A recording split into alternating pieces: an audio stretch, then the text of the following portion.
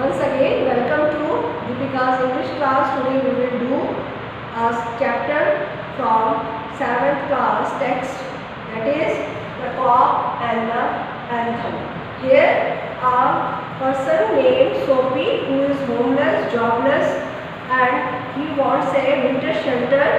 For that he plays some tricks to get inside a prison in the Blackwall Island. Now let us see what the story says. The cock and the anthem. Sophie is a homeless, jobless. Winter is fast approaching and Sophie must have a place to stay. Sophie comes to a decision at last. And बच्चों, आपने कभी अपने आप को इस situation में देखा है कि आप सोचते कुछ हो या प्लान कुछ करते हो और वो कुछ और जाता है। उस प्लान को सक्सेसफुल करने के लिए जो आपने सोचा है उसके लिए आप काफ़ी मेहनत करते हो या काफ़ी स्ट्रैटेजीज बनाते हो, लेकिन लास्ट में वो आपके प्लान सक्सेसफुल नहीं होते हैं। तो यहाँ पर भी वही स्टोरी दी हुई है। एक पर्सन है जिसका नाम है सोफी और वो प्लान क्या करता है और कैसे उसका प्लान जो है फेल हो जाता है और लास्ट में उसके साथ क्या होता है आज इस चैप्टर में हम देखेंगे। The cock and the anthem. Sophie moved restlessly on his seat in Madison Square. There are subtle signs to show that winter is coming. Birds begin to fly south. People want new warm clothes, and Sophie moved restlessly on his seat in the park. When you see these signs, you know that winter is near. तो Sophie जो है वो एक bench पर बैठा हुआ है Madison Square पर और उसे दिख रहे हैं कि सर्दियाँ आने वाली है, क्योंकि लोग जो है नए गर्म कोट पहनकर इधर उधर घूम रहे हैं। बर्ड्स जो है वो साउथ की तरफ जा रहे हैं और ये सब देखकर सोफी अपने सीट पर रेस्टलेसली इधर उधर रहता है, मतलब उसको कंफर्टेबल बेचैनी होने लग जाती है, अनकंफर्टेबल फील होने लग जाता है। और जब उसे ये सारे साइंस दिख रहे थे तो अपने आप ही पता चल जाता है कि सर्दियाँ आ रही हैं। A dead leaf fell at Sophie's feet. That was a special sign for him that winter was coming. It was time for all who lived in Madison Square to prepare. अब मेडिसन स्क्वायर में जो लोग थे उन सबको किस चीज़ की तैयारी करनी थी कि सर्दी में वो अपना बचाव कैसे करेंगे। तभी उसके पैरों पर क्या दिखता है, एक डेड लीफ, सूखा पत्ता उसके पैरों पर गिर जाता है, जो एक पर्टिकुलर साइन था कि विंटर आ चुका है। Sophie's mind now realized that fact, the time had come. He had to find some way to take care of himself during the cold weather, and therefore he moved restlessly on his feet. और उसको पता था, Sophie को पता था कि सर्दियों में उसके पास कहीं जाने की जगह नहीं है मेडिसन स्क्वायर के अलावा, तो इसीलिए वो ज़्यादा बेचैन हो रहा था। Sophie's hope for the winter was not very high. He was not thinking of sailing away on a ship.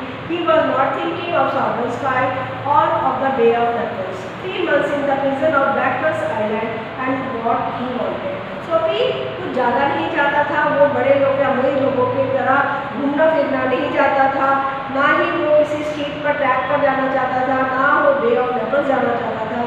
बस उसे तो कहाँ जाना था, 3 महीने के लिए प्रिजनमेंट चाहिए थी, कैद चाहिए थी उसे ब्लैकवेल्स आइलैंड में। 3 months of food every day and a bed every night. 3 months safe from the cold north wind and safe from hogs. This is what Sophie wanted most in the world. उसे कुछ नहीं चाहिए था। 3 महीने की सर्दियों का समय जो था वो सिर्फ कहाँ बिताना चाहता था, ब्लैकवेल्स आइलैंड में बिताना चाहता था, जहाँ मुजरिमों को या क्रिमिनल्स को रखा जाता था। तो सिर्फ 3 महीने की ही बात थी जो उसे सर्दी से बचा सकती थी, जिसमें उसे रोज़ खाना मिल जाता और रोज़ उसे सोने की जगह मिल जाती और साथ ही साथ वो सर्दी की हवाओं से भी बच जाता, पुलिस से भी बच जाता। इस समय उसकी सबसे ज़्यादा ज़रूरत वाली चीज़ ब्लैकवेल्स आइलैंड की प्रिजनमेंट ही थी। For years, Blackwell's Island has been his winter home. Richer New Yorkers made their plans to go to Florida or to the shore of the Mediterranean Sea each winter. Sophie made a small plan plans for going to the island. Now the time had come. 3 big newspapers, some under his coat and some over his legs, had not kept him warm during the night in the park. अब वह सालों से जो Sophie था उसकी जो जगह थी, सर्दियों की जगह कहाँ थी? ब्लैकपेल आइलैंड ही थी। वो ना फ्लोरिडा जाना चाहता था, ना मेडिटेरियन सी में जाना चाहता था, कहीं नहीं जाना चाहता था। उसका सिर्फ प्लानिंग क्या थी? वो ब्लैकपेल आइलैंड चला जाए। और इस समय सर्दियाँ शुरू हो गई थी, तो 3 न्यूज़पेपर उसने अपने ऊपर रख लिए कोट के अंदर और 3 अपने पैरों पर बिछा लिए, लेकिन फिर भी उसको रात में आराम नहीं मिलता था। So Sophie was thinking of the island. There were places in the city where he could go and ask for food and a bed. This could be given to him. He could move from one building to another. तो Sophie ने अब island के बारे में सोच तो रहा था, लेकिन कुछ जगह शहर में भी ऐसी थी जहाँ पर वो जा सकता था, जहाँ उसे खाना और बिस्तर मिल सकता था, लेकिन उसके लिए उसे एक बिल्डिंग से दूसरी बिल्डिंग में जाना पड़ता। And he would be taken care of through the winter, but he like Blackpool island better. और इस तरह से उसकी सर्दियाँ से बचाव हो सकता था, पर उसे ब्लैकपेल आइलैंड ज़्यादा पसंद था। Sophie's spirit was proud. If he went to any of these places, there were certain things that he had to do. In one way or another, he would have to pay for what they gave him. They would not ask him for money, but they would make him wash his whole body. They would make him answer questions. They would want to know everything about his life. तो Sophie का जो spirit था, उसका जो अंतरात्मा थी, वो बहुत घमंडी थी। प्राउड मतलब घमंड था। उसे ये चीज़ था, किसी का कोई जवाब दे ही नहीं चाहता था। उसे पता था कि शहर में कई ऐसे जगह है जहाँ पर उसे सर्दियों में ठिकाना मिल जाएगा, लेकिन वो उसको क्या करेंगे? या तो पैसे दो, अगर पैसे नहीं लेंगे तो उसे सवाल जवाब करेंगे, उसे नहाने को बोलेंगे और साथ ही साथ क्या करेंगे? उसको इरिटेशन होती थी इस तरह के पर्सनल सवालों से, इसलिए वो ये सारी चीज़ें नहीं करना चाहता था कि उसके बारे में, उसकी लाइफ के बारे में, उसकी ज़िंदगी के बारे में कोई जाने, और ना ही वो उस बारे में कोई बात करना चाहता था। No, prison was better than that. The prison had rules that he would have to follow, but in prison a gentleman's own life was still his own life. तो नहीं, प्रिजन जो जेल खाना ही सबसे अच्छी जगह है उसके लिए, क्योंकि वो ऐसी जगह है जहाँ पर कुछ रूल्स जो हैं वो फॉलो किए जाते हैं और जिसकी वजह से आप जेल में पहुँच जाते हो। पर जब आप पहुँच जाते हो तो वहाँ किसी भद्र इंसान की, मतलब किसी जेंटल इंसान, सभ्य इंसान को अपनी ज़िंदगी अपने हिसाब से ही जीने दी जाती है। Sophie having decided to go to the island at once began to move towards his desire. और ऐसा सोचकर आइलैंड जाएगा, वो ब्लैकपेल आइलैंड जाएगा, उसने अपना इच्छा पूरा करने की कोशिश की। Now come to the second part. There were many easy ways of doing this. The most pleasant way was to go and have a good dinner at some fine restaurant. Then he would say that he had no money to pay, and then a cock would be called. He would all be done very good. The cock would arrest him. He would be taken to a judge. The judge would do the rest. सीधा सा था, सबसे आसान तरीका था कि किसी restaurant में जाओ, दबकर खाना खाओ और पैसे ना चुकाओ। फिर वो रेस्टोरेंट वाले पुलिस को बुलाएंगे, पुलिस जो है पकड़कर जज के सामने ले जाएगी और जज अपना क्या दे देगा? वर्डिक्ट दे देगा, अपना क्या सुना देगा? तो उसे पनिशमेंट दे देगा, उसकी सज़ा सुना देगा। जो क्या सज़ा देगा कि उसे ब्लैकपेल प्रिजनमेंट में भेज दिया। Sophie left his seat and walked slowly out of Madison Square to the place where the great street called Broadway and Fifth Avenue meet. He went across the wide space and started north on Broadway. He stopped at a large and brightly lighted restaurant. This was where the best food and the best people in the best clothes appeared every evening. तो ऐसा सोचकर Sophie चल पड़ा अपने desire को fulfil करने के लिए। तो वह कहाँ पहुँचा? Fifth Avenue, Broadway fifth Avenue पहुँचा, जहाँ पर शहर के सबसे अच्छे रेस्टोरेंट्स थे और जहाँ पर सबसे अमीर लोग आते थे। Sophie believed that there above his leg he looked all right. His face was clean. His coat was good enough. If he could get to a table, he believed that success would be his. तो उसको पता लग रहा था, विश्वास था कि उसके कपड़े और अच्छे खासे हैं और उसके पैर भी अच्छे खासे हैं उसका फेस भी साफ सुथरा है, तो उसे पता था कि उसे विश्वास था कि उसे एक टेबल उस रेस्टोरेंट में मिल जाएगा। The part of him that should be seen above the table would look all right. The waiter would bring him what he asked for. तो उसे लगा टेबल से ऊपर तो उसका कोट ही दिखना है जो ठीक ठाक दिख रहा था, और वेटर वो ले आएगा जिसके लिए वो ऑर्डर देगा। He began thinking of what he would like to eat. In his mind, he could see the whole dinner. The cost would not be too high. He did not want the restaurant people to feel any real anger, but the dinner would leave him filled and happy for the journey to his winter home. तो वो सोचने लगा ज़्यादा कुछ नहीं खाऊंगा क्योंकि ज़्यादा गुस्सा दिलाना भी अच्छा नहीं है, तो इसलिए वो अपना डिनर लेगा और वहाँ से निकल आएगा क्योंकि उसे कहाँ जाना है, खुशी खुशी अपने विंटर होम में जाना है। But as Sophie took his food inside the restaurant door, the head waiter saw his broken old shoes and the torn clothes that covered his legs. Strong and ready hands turned Sophie around and moved him quietly and quickly outside the gate. तो लेकिन जैसे ही उसने restaurant के अंदर पैर रखा, दो waiter आए और उन्होंने उसे पकड़कर बाहर निकाल दिया। क्यों निकाल दिया? क्योंकि उसके जूते टूटे हुए थे और उसके कपड़े भी फटे हुए थे, और तो मजबूत और रेडी हैंड्स ने जो तैयार थे पहले से, उन्होंने चुपटा उठाकर उसे बाहर कर दिया। तो Sophie turn off Broadway. It seemed that with this most easy way to the island was not to be his. He must think of some other way of getting there. अब वो फिर से ब्रॉडवे की तरफ आ गया और सोचने लगा कि ये कोई आसान तरीका नहीं है कहाँ जाने के लिए, आइलैंड जाने के लिए, तो मुझे कुछ और तरीका ढूंढना पड़ेगा। At a corner of 6th Avenue was a shop with a white glass window bright with electric lights. Sophie picked up a big store and threw it through the glass.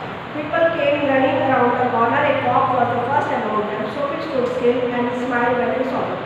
अब वो जब 6th Avenue के corner में पहुंचा निकलकर, तो उसने एक देखा बड़ा सा दुकान है जिसमें बहुत चमकदार लाइटें लगी हैं और बड़े बड़े कांच लगे हुए हैं। तो उसने पत्थर उठाया और उसे तोड़ दिया, और सबसे पहले एक पुलिस वाला, एक कॉप जो है वहाँ दौड़कर आया, और सोफी वहाँ चुपचाप खड़ा रहा और मुस्कुराता रहा। Where is the man that did it? आते ही पुलिस ने पूछा कि वो आदमी कहाँ है जिसने ये काम किया है। Don't you think that I might have done it? said Sophie. तो उसने कहा तुम्हें नहीं लगता ये काम मैंने किया है? तो he was friendly and happy. What he wanted was coming towards him. तो वो बहुत फ्रेंडली और खुशी दोस्ताना अंदाज में और खुश अंदाज में उसने कहा, वो चाहता था कि जो आ रहा है उसे आने दो।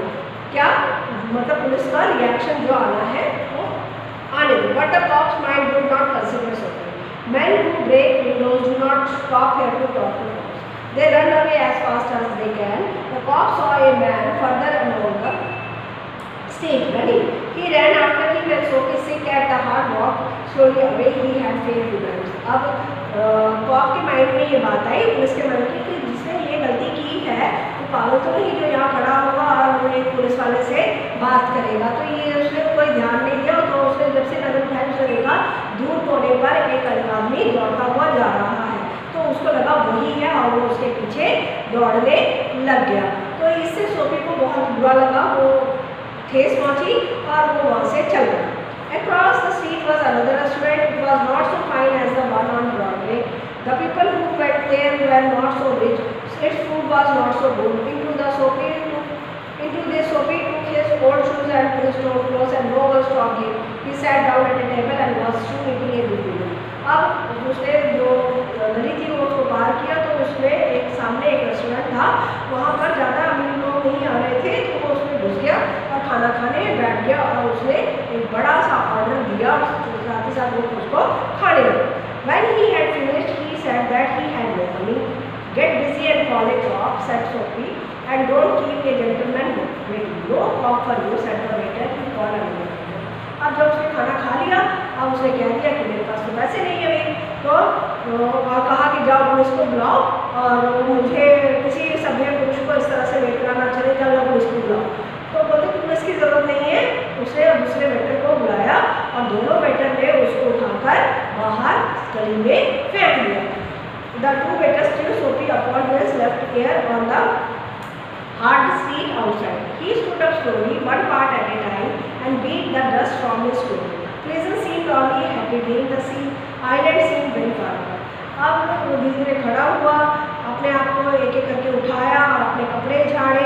अब उसे लग रहा था कि जो सपना उसने देखा था कि कहाँ जाएगा, ब्लैकबेल आइलैंड जाएगा, वो पूरा होते हुए उसे दिखाई नहीं दे रहा था। एक cock was standing here, laughed and walked away.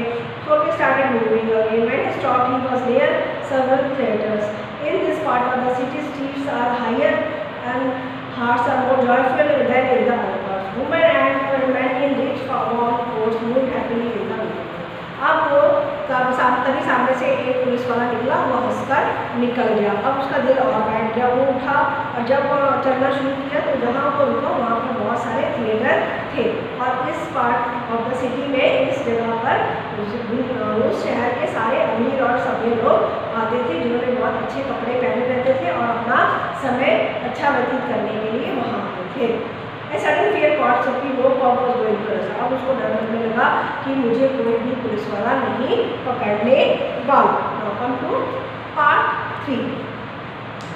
Then he came to another cop standing in front of the big theatre. He thought of something else to do. अब वो आया तो एक बड़े से थिएटर के सामने रुका और सोचने लगा कि अब कुछ और ट्राई किया जाए। तो तभी उसने क्या स्टार्ट किया? He began to shout as if he had too much to drink. His voice was as loud as he could make it.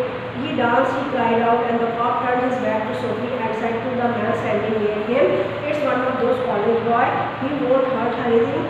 We have orders to let them come." अब वो तो उसने क्या शुरू कर दिया, जोर से चिल्लाना शुरू कर दिया और सामने ही एक पुलिस वाला खड़ा था। फिर जब किसी ने ध्यान नहीं दिया तो उसने नाचना और रोना चिल्लाना शुरू कर दिया। तो वहाँ पर जो पुलिस वाला खड़ा था उसने दूसरे इंसान से क्या कहा कि ये लगता है उसी कॉलेज के लड़कों में से एक है, तो हमें ऑर्डर्स है कि इनको कुछ भी ना किया जाए, ये कोई नुकसान नहीं पहुँचाएंगे। Sophie was quiet. Was no one going to touch him? He began to think of the island as if it were as far away as a star. He pulled his thick coat around him. The wind was very cold. अब Sophie चुप हो गया क्योंकि उसे लग रहा था कि कोई भी पुलिस वाला उसे नहीं पकड़ने वाला और उसके आइलैंड जाने का सपना चकनाचूर हो गया है और बहुत दूर लग रहा था और सर्दी के मारे उसने अपने कोट को अपने शरीर पर और तेजी से लपेट लिया। Then he saw a man in a shop buying a newspaper. The man's umbrella stood beside the door. Sophie stepped inside the shop, took the umbrella and walked slowly away. The man followed him quickly. "My umbrella," he said. "Oh, is it?" said Sophie. "Why don't you call a cop?" "I took it. Your umbrella. Why don't you call a cop? There's one standing at the corner." The man walked more slowly. Sophie did the same. But he had a feeling that he was going to fail again. The cop looked at the two men. "I," said the umbrella man, "that is, you know how these things happen. If that's your umbrella, I am very sorry. I found it this morning in a restaurant. If you say it's yours, I won't believe you." "It's mine," cried Sophie with anger in his voice. और क्या हुआ? Sophie ने third step क्या लिया तो उसने जाकर उसने देखा एक न्यूज़पेपर की दुकान है, वहाँ एक आदमी अम्ब्रेला लेकर खड़ा है। उसने चुपचाप जाकर उसकी अम्ब्रेला उठा ली और चलता बना। ये देखकर वो आदमी जो है उसके पीछे पीछे आने लग गया, और उसने कहा कि ये अम्ब्रेला मेरी है। तो अच्छा ये अम्ब्रेला आपकी है तो ये ऐसा करो पुलिस को बुला लो, मुझे कोई फर्क नहीं पड़ता।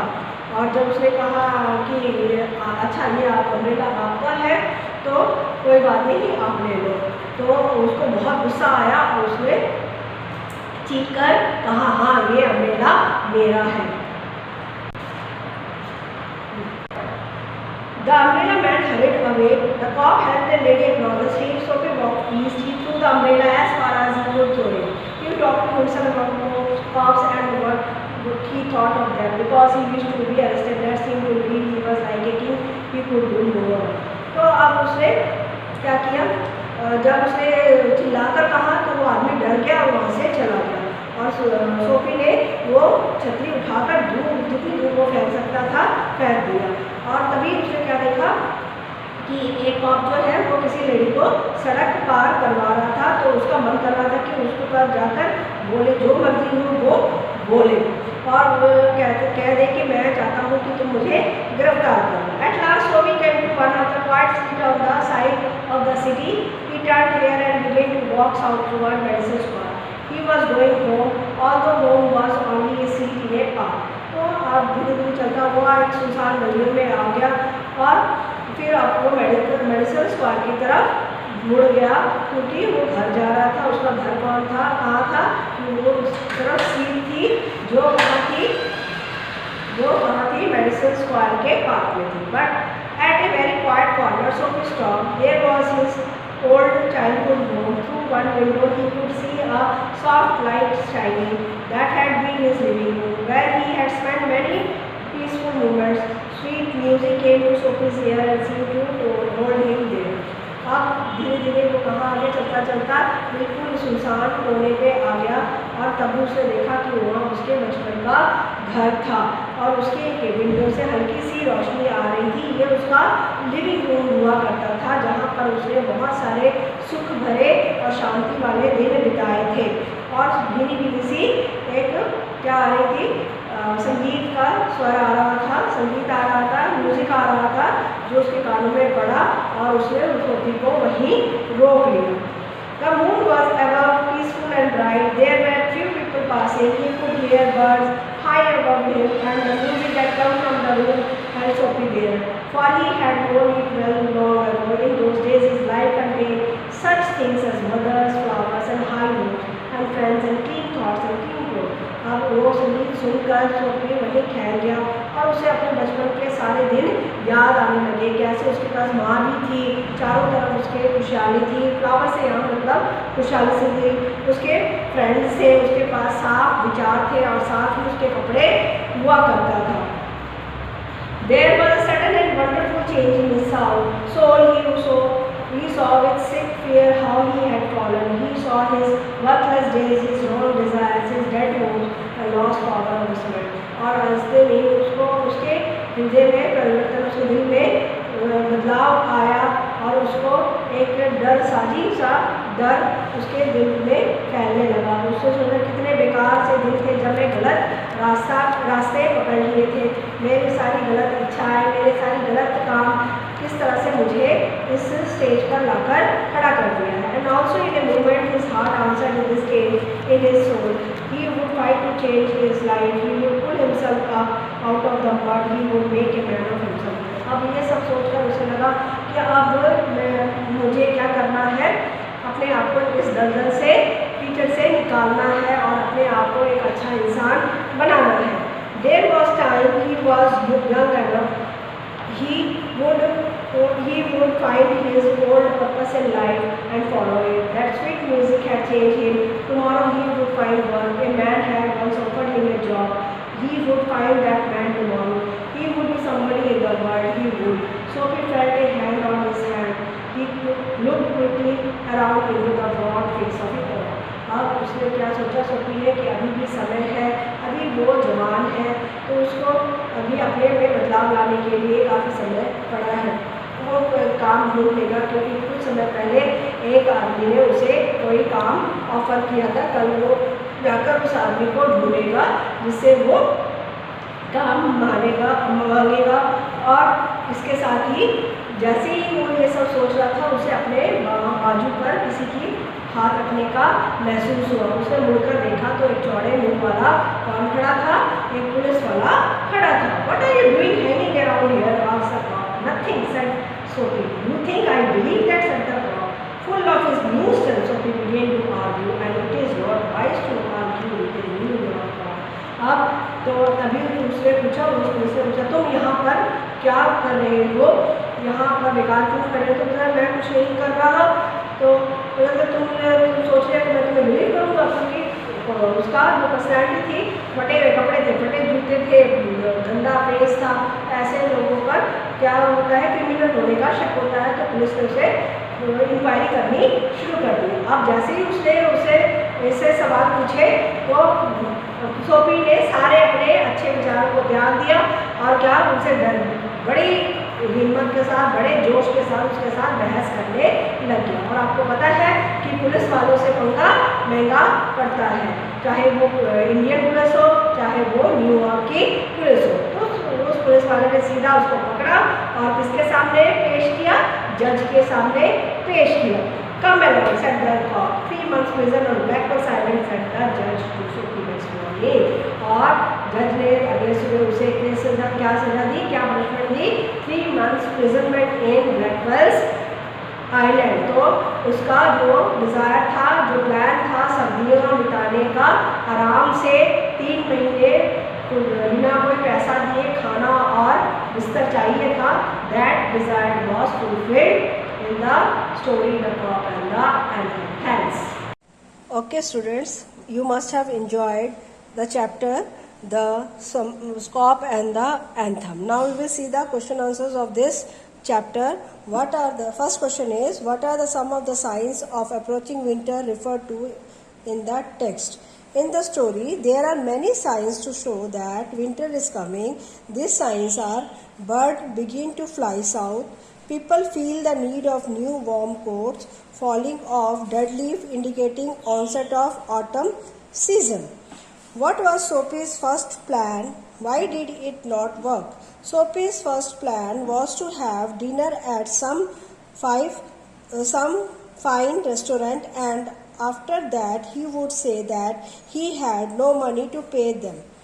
The cop would arrest him and the judge would sentence him for 3 months in the prison on Blackwell's Island.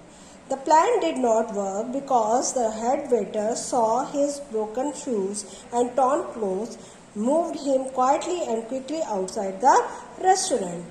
Now the third question is, but the cop's mind would not consider Sophie. What did the Sophie not consider? And why? The cop's mind did not consider Sophie because the men who break windows do not stop there to talk to the cops. They run away as fast as they can. The cop saw a man further along the street running, and they ran after him. Now the fourth question is, we have orders to let them shout. What is the policeman referring to? The answer of this question is that the policeman was referring that he had got orders and not to arrest the unruly and shouting college students. He said that this is to a man who was standing near him when Sophie was shouting as if he was drunk. The cop thought that Sophie was also a college student. Now, next, fifth question.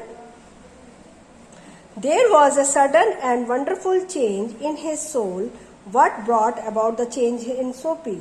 When Sophie came near his old house, he remembered his old days and his childhood life. He saw his worthless days, his wrong desires, his dead hopes, the lost power of his mind. This made sudden and wonderful change in his soul. He would fight to change his life, pull himself up and out of the mud and make a man of himself again. Now the sixth question is, why did Sophie more restlessly on his seat? Sophie was a homeless and jobless man. Cold winter was approaching fast. He was laying on his seat in Madison Square. He had to find some way to face the cold. Therefore, he moved restlessly on his seat. Why did Sophie like to go to the prison? Sophie was a man of ego. He thought that a gentleman's own life was still his own life in prison. He considered the prison a better place than its houses of his known people. Therefore, he liked to go to the prison where he would get both food and shelter during the cold weather. Thanks.